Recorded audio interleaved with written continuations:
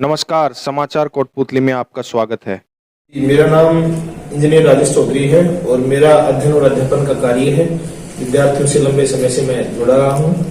Sir, ये जो रीट का मामला आया है जिसके अंदर लगातार पिछले कुछ महीनों से चर्चाएं भी चल रही थी, उससे एक बड़ी डिबेट सामने आई कि लेवल 1 और लेवल 2 जो परीक्षा थी उसमें क्या रहेगा, पूरी जो प्रोसेस है वो क्या रहेगी, आप उसके बारे में बताएं।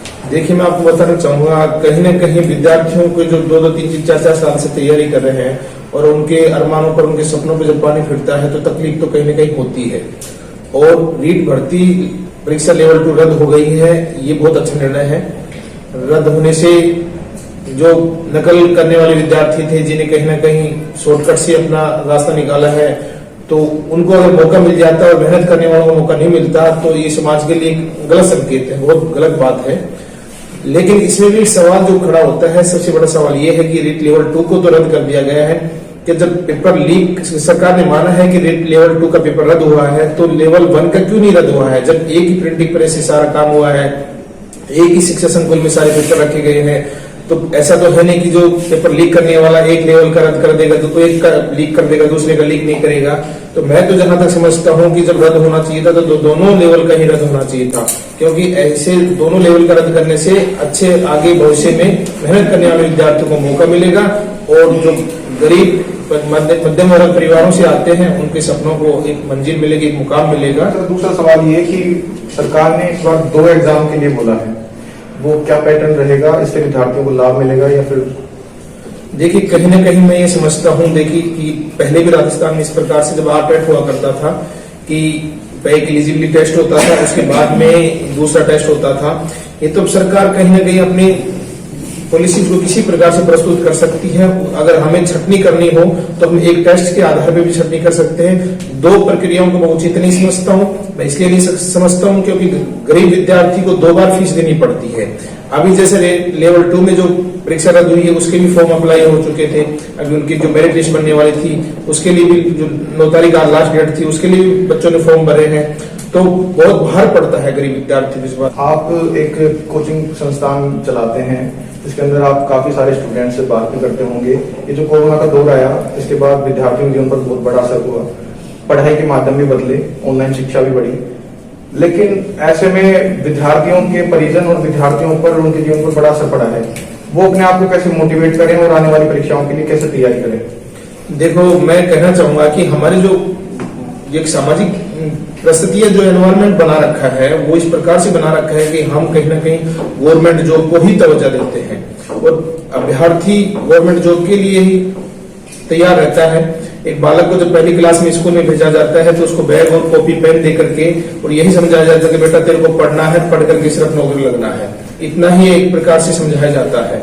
कहीं ना कहीं प्रैक्टिकल एजुकेशन की रिक्वायरमेंट है ताकि स्टूडेंट्स डिप्रेशन से कहीं बाहर आए, क्योंकि हर एक विद्यार्थी पर एक ही बोझ लाद दिया जाता है कि तेरे को पढ़ना है, पढ़ करके सरकारी नौकरी लेनी है, और उस सरकारी नौकरी के ख्वाब में वो इतने साल का इतना लंबा सफर तय करता रहता है और जब अंतिम छोर पे जब पहुंचता है तब उसे पता चलता है कि वहां पर तो इतने भ्रष्ट लोग बैठे हैं कि जिस चीज की तुम तैयारी कर रहे थे उसका तो उसकी जगह, तुम्हारी जगह तो किसी और को ही मौका दे दिया। वो किसी न किसी से पैसे के दम पे अपना मौका लिया हो, चाहे लाइजनिंग के दम पे लिया हो, किसी न किसी, तो ये विद्यार्थियों को बड़ा घोर दुख होता है। मैं तो सभी विद्यार्थियों से ये कहना चाहूंगा, देखिए अपने आप को थोड़ा सा प्रैक्टिकल बनाइए और हमें मेंटली इस प्रकार से प्रिपेयर रहना है कि इस प्रकार की परिस्थिति हमारे सामने अगर बन जाती है तो हमें हौसला नहीं हारना है। अखबार में हम पढ़ते हैं कि रीट की परीक्षा के बाद में भी जब ये सब चीजें आई तो बहुत सारे विद्यार्थियों ने सुसाइड कर लिया था। तो मैं ये कहूंगा कि जीवन है तो सब कुछ है, हमें प्रयासरत रहना चाहिए। कोई भी असफलता अंतिम असफलता नहीं होती है। तो रेणु जी, जो अच्छा भविष्य में अगर ऐसी घटनाएं होती है तो विद्यार्थी तो बिल्कुल एक तरीके से छूट ही जाएंगे, तो आगे की प्रक्रिया पारदर्शिता से हो, इसके बारे में आप सरकार को क्या संदेश देना चाहते हैं? विद्यार्थियों के लिए मैं बताऊं, घर वाले भी सपोर्ट नहीं करते इस टाइम पे आके, क्योंकि बहुत सारा लंबा टाइम हो जाता है। अभी रीट को देखो, लास्ट 2018 में हुई थी लास्ट, और अब जाके ये लास्ट इसमें हुई थी सितंबर में हुई थी। 3 साल का गैप लेके मैं बताना चाहती हूँ कि लड़कियों के लिए स्पेशली बहुत टफ टाइम होता है, क्योंकि ससुराल वाले, गांव वाले उनको शादियों के मतलब टेंशन होती है, और ससुराल वाले उनको फिक्स टाइम देते हैं कि 6 महीने 1 साल आपके पास टाइम है, जो करना हो इसी में करो। लेकिन उसके बाद सिर्फ एक सरकार के ऊपर ही भरोसा होता है हमारा कि वो तो कम से कम हमारा साथ देंगे। उस टाइम पे सारा काम हो जाता है, सारी तैयारी हो जाती है, उसके बाद ये पता चलता है कि परीक्षा ही रद्द होगी। तो उस टाइम पे घर वाले तो साथ छोड़ते हैं, सरकार भी साथ छोड़ता है। तो उस टाइम पे ऐसी सिचुएशन आती है कि हम कहाँ जाएं। लेकिन मैं सभी विद्यार्थियों को यही कहना चाहूंगी, अगर जो हुआ है वो अच्छा हुआ है, जिसने मेहनत की है पिछले टाइम में वो अभी भी करे। आप एक शादीशुदा महिला हैं, जी। आप घर बार संभालने के साथ पढ़ाई भी करती हैं और भी आपको काफी घर पर कैसा स्ट्रगल रहता है, और एक लड़की जब गांव की पृष्ठभूमि से निकलकर जब एजुकेशन के अंदर आती है और वो देखती है कि उसका फ्यूचर बन सकता है, घर वालों का कैसे सपोर्ट रहता है और आप उसको कैसे मैनेज करते हैं? देखो, इस बारे में मैं कहूंगी कि मैं अपने आप को बहुत ज्यादा लकी समझती हूँ, क्योंकि जैसे शादी से पहले टेंशन रहती थी कि मैं पढ़ाई तो कर रही हूँ, कंटिन्यू करूँ, लेकिन शादी के बाद ये जारी रहेगा कि नहीं रहेगा, ये सबसे ज्यादा डर रहता है। लेकिन इस मामले में बहुत ज्यादा लकी हूँ। हस्बैंड तो देखो सबके साथ देते हैं, लेकिन फैमिली जो अदर फैमिली मेंबर है उनका साथ होना बहुत ज्यादा सपोर्ट है, क्योंकि हस्बैंड तो वैसे भी घर नहीं रहते, तो बाकी जो सास ससुर है, ननद, मतलब सारे जो है उनका सपोर्ट होना बहुत जरूरी है। ये बहुत अच्छी बात बताई। आज की तारीख में महिला और पुरुष के बीच में कोई भेदभाव नहीं जी। है, वो कंधे से कंधा मिलाकर आगे बढ़ रहे हैं। उनको हर फील्ड के अंदर आप देखेंगे कि एयरफोर्स के अंदर जो माना जाता था कि पायलट सिर्फ लड़के बन सकते हैं, आज लड़कियों को कड़ी टक्कर दे रही हैं, बराबर कंधे से कंधा मिलाकर हर फील्ड के अंदर लड़कों से बेहतर परफॉर्मेंस दे रही है। एक चीज और मैं कहना चाहूंगी कि बोलते हैं कि औरत ही औरत की दुश्मन होती है। एक मतलब प्रचलन है ये समाज में कि अगर वो पढ़ना चाहती है तो उसको गिराने के लिए आदमी कुछ नहीं कहता। लेकिन इस चीज में मेरी जो मदर इन लॉ है उसका बहुत ज्यादा सपोर्ट है, क्योंकि वो मुझे कभी जब मैं पढ़ती हूँ ना कभी उठाती नहीं पढ़ने के लिए।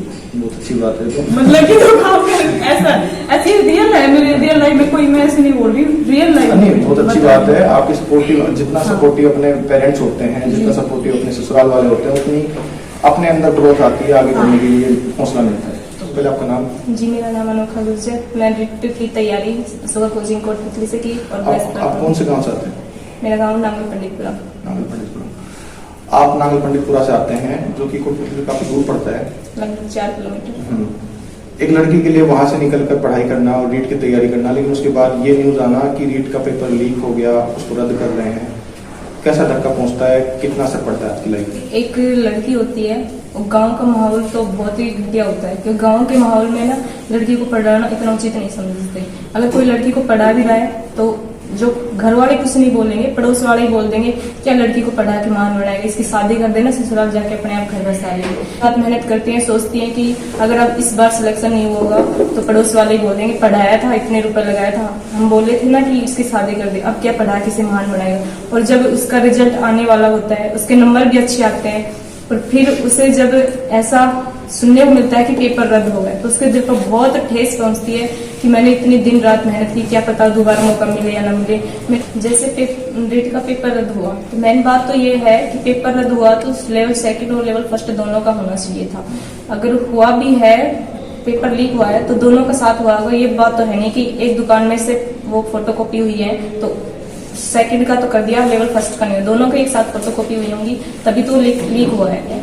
शायद सरकार जल्दी ही वैकेंसी करवाएगी, क्योंकि सरकार को डर है अगर ये वैकेंसी नहीं करवाएगी तो उसे अगली सरकार नहीं मिल पाएगी, क्योंकि लोग बहुत भड़क उठे हैं। देखिए, मनोबल तो सभी का टूटता है, क्योंकि हम किसी चीज की तैयारी करें और हम सफलता को प्राप्त कर ले, उसके बाद हमें पता चले कि आप उसमें असफल हो गए, तो इससे दुख तो काफी होता है, क्योंकि हमें वही चीजें दोबारा करनी पड़ती है। दूसरी चीज की जब ऐसा पेपर लीक होता है, इसके अंदर जैसे कल सरकार जब रीट का पेपर लीक हुआ उसके बाद सरकार ने रीट लेवल 2 की भर्ती तो निरस्त कर दी, लेकिन रीट लेवल 1 अभी तक यथावत रखा गया है। आप क्या कहना चाहेंगे कि एक ही तरीके से निकले हुए पेपर जिसमें से एक रद्द कर दिया जाता है लेकिन एक जारी रहता है, उसके लिए? देखिए, पेपर अगर रद्द करने की बात आती है तो पेपर दोनों रद्द करने चाहिए, क्योंकि यदि हम ऐसा माने कि एक व्यक्ति जो 2nd लेवल का रद्द कर रहा है और दूसरा नहीं हो रहा है, ये एक तरह से झूठ है, क्योंकि दोनों पेपर ही, अगर शिक्षा संकुल से अगर पेपर चोरी हुए हैं तो दोनों ही हुए हैं। या तो फिर दोनों का रद्द मत करो, या फिर करना है तो दोनों का रद्द। मेरा नाम पंकज शर्मा, कोटपुतली निवासी। भाई साहब, जो ये रीट भर्ती थी ये पूरी संदेह के घेरे में आ चुकी थी। जब से एसओजी ने अपनी जांच शुरू की थी, जब से ही संदेह के घेरे में थी कि परीक्षा किस स्तर पर लीक हुई है। इस पे गहलोत जी, हमारे जो माननीय मुख्यमंत्री ने कल प्रेस वार्ता करते इस परीक्षा को निरस्त करने का निर्णय लिया है। इससे अधिकतर परीक्षार्थी तो खुश हुए हैं, और लेकिन जो मेहनत करने वाले विद्यार्थी थे जिनके 130 प्लस नंबर थे, उनके साथ कहीं ना कहीं धोखा भी हुआ है। अब जो माननीय मुख्यमंत्री जी ने कमेटी निर्धारित कर रखी है, 15 मार्च को जो रिपोर्ट आएगी उस स्तर पर अब 2 पेपर लिए जाएंगे। पहली जो रीट की परीक्षा होगी जो जुलाई में प्रस्तावित है, उसमें पात्रता परीक्षा होगी, और इसके बाद वैकेंसी आएगी। कहीं ना कहीं ये 2 स्तर जो परीक्षा हो रही है, एक पारदर्शिता भी लाएगी वैकेंसी के अंदर, और ये जो गैंग है, जो गिरोह है, ये पेपर आउट करने वाले, इन पे भी थोड़ा नियंत्रण लगाएंगे हमारे माननीय मुख्यमंत्री जी। जो नई पात्रता परीक्षा लागू होगी, फिर वैकेंसी की परीक्षा आएगी, उसमें भी कहीं ना कहीं 1 साल का वक्त और लगेगा। तो मुख्यमंत्री जी को ये ध्यान देना चाहिए कि युवाओं के हित में फैसले लें, जल्दी से जल्दी एग्जाम कैलेंडर जारी करें। मेरा नाम बलराम सैनी है।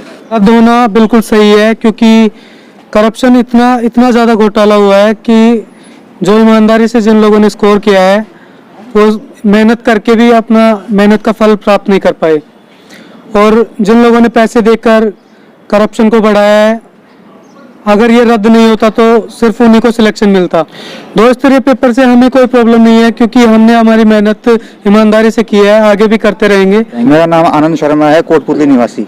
क्या लोगों में जो मोटिवेशन है ना वो खत्म हो गया बच्चों में। अब इन्होंने रद्द तो कर दिया है एग्जाम, अब बच्चों ने जो मेहनत करके नंबर लेकर आए हैं उनको नुकसान हो गया है बच्चों के लिए, क्योंकि उन्हें दोबारा से वही तैयारी दोबारा करनी पड़ेगी, उसी कंडीशन में दोबारा जाना पड़ेगा। इसमें क्या लंबा प्रोसेस हो गया, थोड़ा सा लंबा। तो गवर्नमेंट को चाहिए जल्दी जल्दी सा कैलेंडर जारी करे, इसका सिलेबस जारी करे, ताकि जो बच्चे हैं वो आने वाले समय में दोबारा से तैयारी में जुट जाएं।